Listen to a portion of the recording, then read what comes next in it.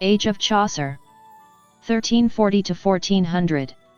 Geoffrey Chaucer, born between 1340 to 1345, probably in London. His family name was derived from the French chausseur, meaning shoemaker. Called as father of English literature and father of English poetry. In 1357 he was a page in the household of Elizabeth de Burgh, Countess of Ulster, wife of Prince Lionel. He was captured by the French during the Brittany expedition of 1359 but was ransomed by the king. Edward III later sent him to France on a diplomatic mission. He also travelled to Genoa and Florence. Around 1366, Chaucer married Philippa Rowett, a lady-in-waiting in the Queen's household. Philippa's sister, Catherine Swynford, later became the third wife of John of Gaunt, King's fourth son and Chaucer's patron. In 1374 Chaucer was appointed controller of the lucrative London customs. In 1386, elected Member of Parliament for Kent and as a Justice of Peace. In 1389, posted as Clerk of the King's Works, overseeing loyal building projects. Lived during the reign of Edward III, Richard II, and Henry IV.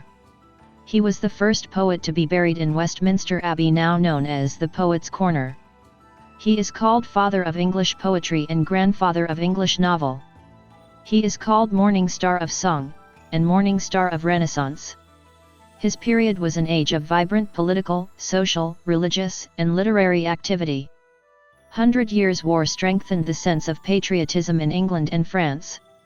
The English Parliament came into prominence.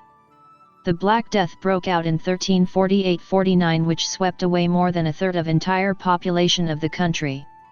The supply of the harbour was reduced, which led to peasants' revolt in 1381. The Roman Catholic clergy had become corrupt, demoralised and degraded. English language grew a lot and was standardised, and the East Midland dialect became the language of London and universities. The works of his life can be divided into three periods: French period, 1359 to 1372, Italian period, 1372 to 1385, and English period, 1386 to 1400. French period, 1359 to 1372, influenced by French masters as Guillaume de Macotte, Jean de Meun and Guillaume de Loris. During this time, translated the Roman de la Rose, a French poem. Wrote his first major work, the Book of the Duchess, an elegy for Blanche of Lancaster, who died in 1368. Other works of this period are the ABC, the Complaint into Pity, the Complaint of Mars and Queen Anilita. Italian period, 1372 to 85. In 1372 Chaucer has been to Italy and came in personal contact with Dante, Petrarch, and Boccaccio. The important works of this period are Troilus and Criseyde, the Parlement of Fools, the House of Fame, and the Legend of Good Women. Troilus and Criseyde is a tragic verse romance composed in the 1380s. Consists of 8,239-line poem, mostly taken from Giovanni Boccaccio's Il Filostrato. The Parlement of Fools is a 699-line poem in rhyme royal, written in 1380-90, composed in the tradition of French romances. It is often thought to commemorate the marriage of Richard II to Anne of Bohemia in 1382. The House of Fame was written after the influence of Dante in 1380, and it resembles Dante's Divine Comedy. It is an unfinished dream poem by Chaucer with 3 books, in 2,158 lines of octosyllabics. The Legend of Good Women, 1385, is written on Queen Bohemia's bidding, who asked him to write of good women. Much of this poem is devoted to the first use of the heroic couplet to retell in lyrical form the tragic love stories of Cleopatra, Thisbe, Dido, Hypsipyle, Medea, Lucaris, Ariadne, Philomela, Phyllis, and Hypermnestra. English period, 1386 to 1400. The famous work of this period is Canterbury Tales, which was written after influence of Boccaccio's The Decameron. In the Canterbury Tales, 32 characters make the trip to the shrine of the martyr Saint Thomas Becket in Canterbury. Canterbury Tales have the characters from 3 social groups or estates, viz. nobility, church, and commoners.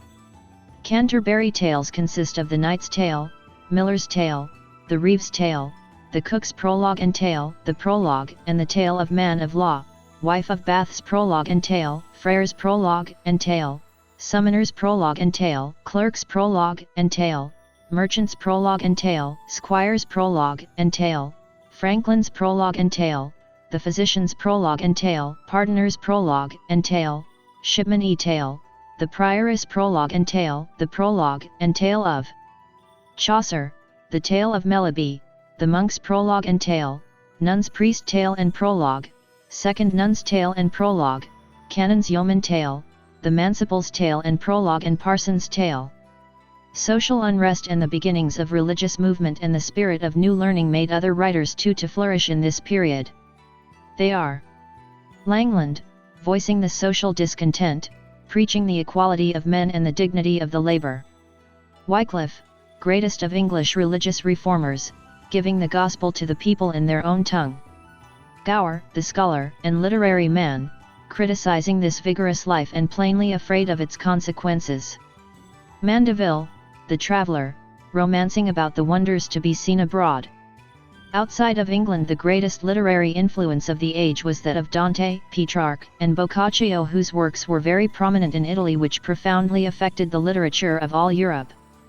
Though Chaucer holds a mirror up to the life of his time, the dark underside of it is nowhere reflected by him.